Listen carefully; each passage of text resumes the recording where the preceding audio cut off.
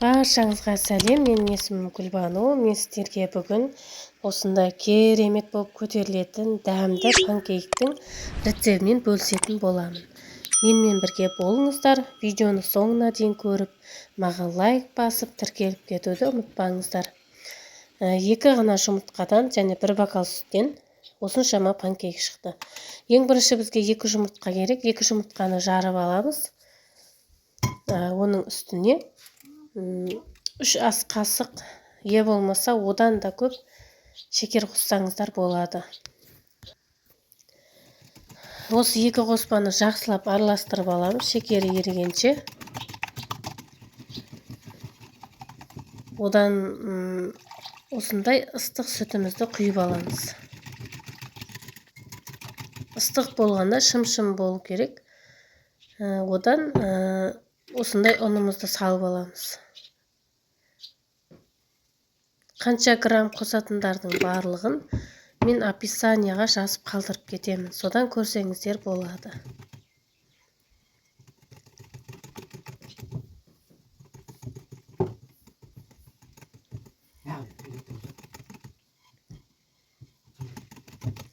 Оның үстіне разрыхлитель салдым.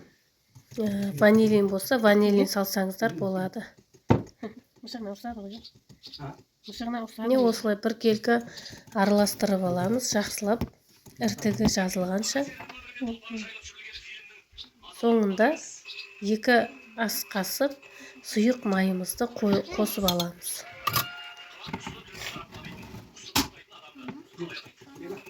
Тағы да жақсылап араластырып аламыз. Не осындай әдемі болып шығады тестасы. Енді осылай құйып алып, 2 бетін қызартып, пісіріп аламыз.